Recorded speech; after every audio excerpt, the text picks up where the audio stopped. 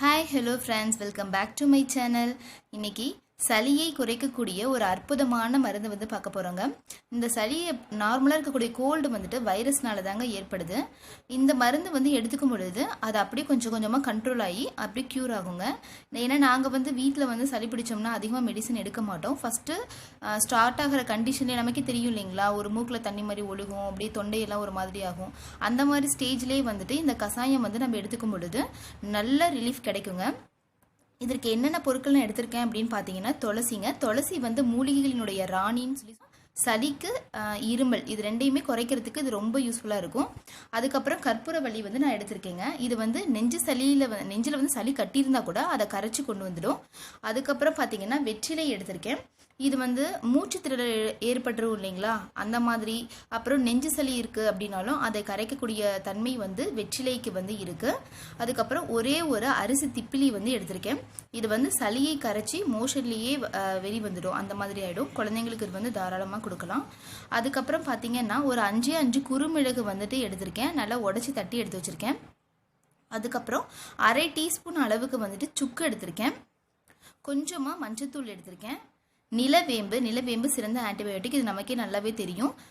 எந்த விதமான காய்ச்சல் இருந்தாலும் சரி, உடம்பு வலி இருந்தால் கூட இதை குறைக்கிறதுக்கு இது ரொம்ப யூஸ்ஃபுல்லாக இருக்கும். அதுக்கப்புறம் ரொம்ப ரொம்ப முக்கியமான ஒரு பொடி எடுத்திருக்கேங்க, ஆடாதோட பொடி. இது பார்த்தீங்க அப்படின்னா இந்த மாதிரி பொடியாகவும் நாட்டு மருந்து கடைகளில் கிடைக்கும். அப்படி இல்லைன்னா அதனுடைய இலைகள் எங்கிட்ட காஞ்சி தாங்க இருக்குது. இந்த மாதிரி தான் இதனுடைய இலைகள் இருக்கும். இது பார்த்தீங்கன்னா டிபியிலிருந்து ஆஸ்துமா எல்லாத்துக்குமே ஒரு சிறந்த மருந்தாக செயல்படுதுன்னு கண்டுபிடிச்சிருக்காங்க. ஸோ இருமல், அலர்ஜி ஒருத்தருக்கு தும்பல் வந்துட்டே இருக்கும், மூக்கில் தண்ணி மாதிரி ஒழுகிட்டே இருக்கும், அந்த மாதிரி இருக்கவங்களுக்கு. அப்புறம் சளி ரொம்ப கோழை மாதிரி கட்டிட்டு வெளியவே வராது, அந்த மாதிரி இருக்கவங்களுக்கு இந்த ஆடாதோட பொடி ஒரு சிறந்த மருந்துங்க. அதில் நான் அரை டீஸ்பூன் எடுத்திருக்கேன். அதுக்கப்புறம் பார்த்தீங்க அப்படின்னா தண்ணி பார்த்தீங்கன்னா 250 ml நான் எடுத்திருக்கேங்க. இப்போ இதெல்லாம் சேர்த்து எப்படி கஷாயமாக காய்ச்சலான்னு பார்க்கலாம். இந்த கஷாயம் காய்ச்சறதுக்கு சில்வர் பாத்திரமே எடுத்துக்கோங்க. இதில் நான் 250 ml தண்ணி சேர்த்திக்கிறேன். இப்போ எடுத்து வச்சிருக்க பொருட்கள் எல்லாமே, இந்த பொருட்கள்லாம் இருக்கு இல்லைங்களா, இந்த தலைகள்லாம் இருக்கு இல்லைங்களா, இதை நல்லா இடித்து எடுத்துக்கோங்க. இந்த பொருட்கள்லாம் போட்டு நல்லா இடிச்சிடுங்க. இப்போ இந்த இடித்து வச்சிருக்கிறது தண்ணியில் சேர்த்திடலாம். அப்புறம் நம்ம எடுத்து வச்சிருக்க பொடிகள்லாம் ஒவ்வொன்றா சேர்த்திடுங்க. ஆடாதோட பொடி 2 பிஞ்ச் அளவுக்கு மஞ்சள் தூள், குறுமிளகு, ஒரே ஒரு அரிசி திப்பிலி, நிலவேம்பு பொடி,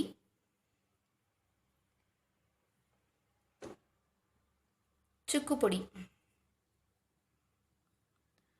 இது இப்போ பார்த்தீங்கன்னா 250 ml நான் தண்ணி சேர்த்துருக்கேன் இல்லைங்களா. இது மறுபடியும் 100 ml வர அளவுக்கு நீங்கள் நல்லா கொதிக்க வச்சுருங்க. அப்படி இல்லை அப்படின்னா இதில் 2 டம்ளர் அளவுக்கு நீங்கள் தண்ணி எடுத்துக்கோங்க. எடுத்துட்டு அது 1 டம்ளர் அளவுக்காக குறையிற வரைக்கும் நல்லா கொதிக்க வச்சு எடுத்துக்கோங்க. இந்த கஷாயத்தோடு சேர்த்து எந்த மாதிரியான உணவு முறைகள்லாம் நீங்கள் எடுத்துக்கணும்னு பார்த்தீங்கன்னா, எப்பயுமே குழந்தைங்களுக்கு கொடுக்கும் பொழுது சரி, பெரியவங்களுக்கு கொடுக்கும் பொழுது சரி, மிதமான சூட்டில் இருக்க மாதிரியான உணவுகளை கொடுங்க. சூப்பு வகைகள்லாம் நீங்கள் கொடுக்கலாம். அதில் மெயினாக முருங்கைக்கீரை சூப்பெல்லாம் கொடுக்கலாம். கஞ்சி கொடுக்குற மாதிரி இருந்ததுன்னா அரிசி கஞ்சியில் பூண்டு ஒரு 7-8 பூண்டு பல் சேர்த்திட்டு, அப்புறம் குறுமிளகும் நீங்கள் இடித்து சேர்த்தி கஞ்சி காய்ச்சி கொடுக்கலாம். அதுவுமே நல்லா சளியை குறைக்க உதவும். அதுக்கப்புறம் பார்த்தீங்கன்னா நல்லா தூக்குங்க, நல்லா தூங்க வைக்கணும். அதனால தான் நம்ம டாக்டர்ஸ் கிட்ட போனாலுமே அவங்க கொடுக்குற அந்த மருந்துகள்லையுமே தூங்குற மாதிரி தான் கொடுப்பாங்க. ஸோ குழந்தைங்களுக்கு பெரும்பாலும் நல்லா சாப்பிட வச்சு தூங்க வைங்க. அதுக்கப்புறம் பச்சை காய்கறிகள் எல்லாம் போட்டு கூட நம்ம சூப் மாதிரி வச்சு குழந்தைங்களுக்கு கொடுக்கலாம். அந்த மாதிரியும் செய்யலாம். அதோடு சேர்த்து இந்த 100 ml நம்ம இப்போ இந்த கஷாயம் எடுத்துருக்கோம் இல்லைங்களா, அதில் 3 வேலையாக பிரிச்சுக்கோங்க. பிரிச்சுட்டு கால் டம்ளர் அளவில் குழந்தைங்களுக்கு காலையில், மதியானம், ஈவினிங் அந்த மாதிரி கொடுத்துக்கோங்க. கொடுத்தீங்கன்னா நல்லா உங்களுக்கு டிஃப்ரெண்ட் தெரியும். சளி குறையிறது உங்களுக்கு நல்லாவே தெரியும். பாருங்கள் ஃப்ரெண்ட்ஸ், நல்லா கொதிச்சிருச்சு. இப்போ நம்ம இதை வடிகட்டிடலாம். பாருங்கள் ஃப்ரெண்ட்ஸ், கஷாயம் தயாராகிடுச்சு. இது குழந்தைங்க அப்படியே குடிப்பாங்க அப்படின்னா நீங்கள் ஆற வச்சு ஒரு 1/4 கிளாஸ் அளவுக்கு மட்டும் கொடுங்க. பெரியவங்களாக இருந்ததுன்னா அப்படி கூட குடிச்சிக்கலாம். இல்லைன்னா காலையில் ஒரு 1/2 டம்ளர், சாயந்தரம் வந்துட்டு ஒரு 1/2 டம்ளர் வந்துட்டு கொடுத்துருங்க. குழந்தைங்க வந்துட்டு வெறுமனமே குடிக்க முடியல அப்படின்னு அவங்க நினச்சாங்கன்னா நீங்கள் தேன் கலந்து கூட குடிக்கலாம், ஒன்றும் பிரச்சனை இல்லை.